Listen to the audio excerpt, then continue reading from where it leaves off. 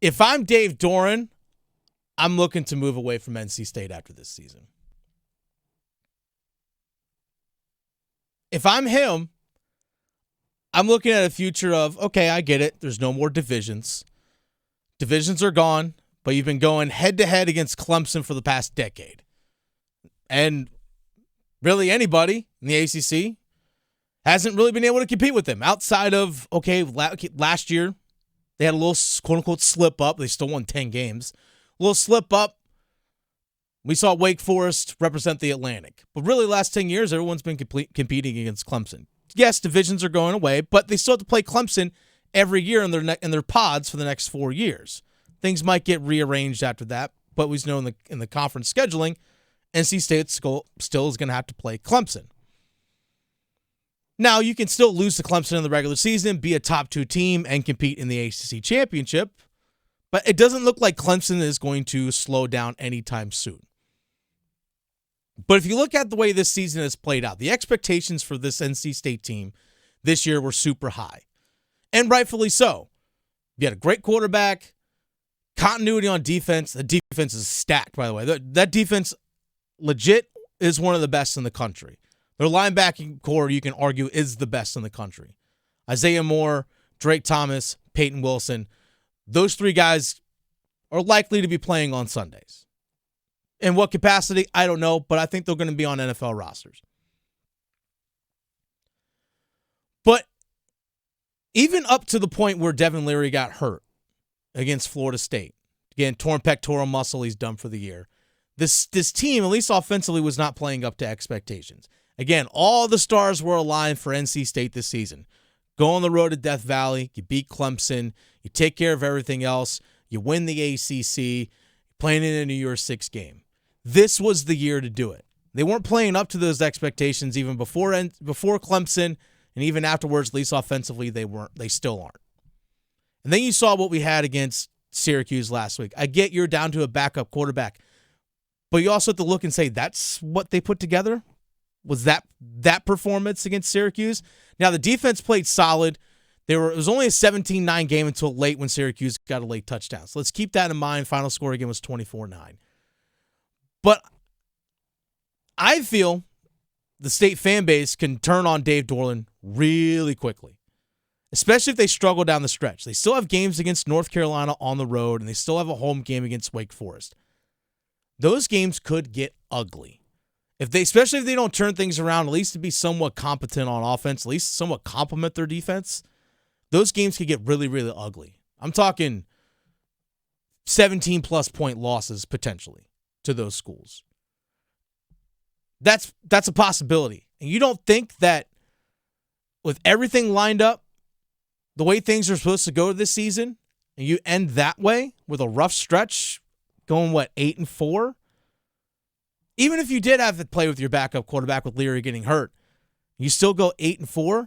Everything else around this team was supposed to be great, and they haven't lived up to the expectations.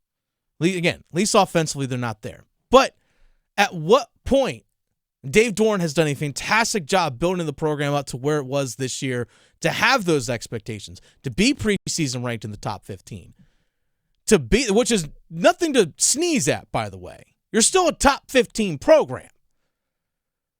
But how much further can you get in Raleigh with NC State? So if I'm Dave Doeren, I start looking around the country, knowing in a couple years that the college football playoff is going to be expanding to 12 teams. Well, if the Pac-12, which would be dropping to 10, it's like, are they going to rename themselves the Pac-10? I know they renamed themselves from Pac-10 to Pac-12 when they added teams. But if you go out Arizona State, you know that USC and UCLA are leaving for the Big Ten. Who's your big competition? Oregon? Oregon just got blown out by Georgia. Now, I know Oregon has to play UCLA. I know Oregon's still technically a top 10 team. UCLA's not. But again, UCLA's leaving. USC's leaving. Okay, Utah's got a pretty good program, but they're not unbeatable. Oregon's pretty good, but not unbeatable. The Washington Huskies? The Washington State Cougars? Is that who your competition's going to be? Knowing the playoff is going to expand, why not Arizona State? What's your competition out there? Nebraska does not sound appealing because you're still trying to appeal to a fan base that's still living the way things were back in the 90s, still wanting that to happen. But again, a stacked Big Ten, because you're always going to be competing against Ohio State, Michigan, Penn State, and now USC coming in and UCLA. That doesn't sound appealing at all. Big 12?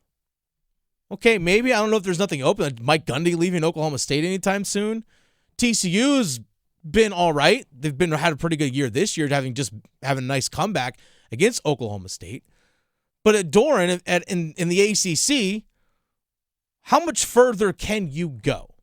That's the biggest question. How much further can you go? It took you 10 years to get to this point. Are you still going to try and keep ramming into a wall, hoping eventually you make a crack? I just don't know if that's going to happen. So if I'm Dave Doeren, why not start looking at other options? At least keep your ear to the ground. Hear what's out there. But a move to Arizona State might work out. I know Wisconsin's still open. I don't know if they're going to go with Jim Leonard. Jim Leonard played at Wisconsin. A lot of those guys love him, but they fired Paul Chryst earlier this year. Jim Leonard, who was the defensive coordinator, has the interim tag. Maybe if things turn around for him, I don't know if they're going to keep him there. But even Wisconsin, because again, he was at Northern Illinois. He's got some connections with Wisconsin. But even still, you're going into the Big Ten when you have USC coming in. You still got Ohio State, Penn State, Michigan, all those schools that are still there. Yeah, I get the money and all that stuff's appealing, but still, the goal is to win, right? I mean, going to Wisconsin, in all honesty, is no different than staying at NC State. Like, to me, that would be a lateral move. I get Wisconsin's a bigger and more known program because it is the program in the state of Wisconsin. When I used to live there, yeah, there's a small pocket of Marquette basketball fans if you're in the Milwaukee area, but everything revolved around the University of Wisconsin. Obviously, as we know here in North Carolina, things are totally different because we have 4 ACC schools in the state. That doesn't even factor in schools like ECU and App. So it's a little bit of a different dynamic in this state as opposed to Wisconsin, where you're literally the only dog in town. Michigan's different. Michigan still runs that place. There's a big pocket of Michigan State fans, but everything still revolves around Michigan. Go to Ohio, Ohio State runs the place. Go to Pennsylvania, Penn State runs the place. Indiana, Notre Dame's in there. You don't have to worry about that, but okay, you got Purdue and the University of Indiana. Whatever. Go to Illinois, or you have Illinois and Northwestern. Yay. But why not Arizona State? Why not go out there out in the Southwest?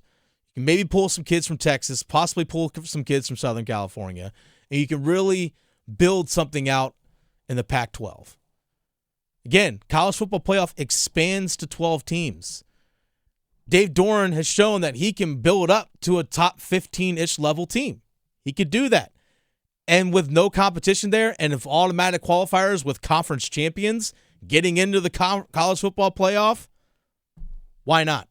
If I'm Dave Doeren, you can keep beating your head against Clemson, or you can possibly take a look somewhere else.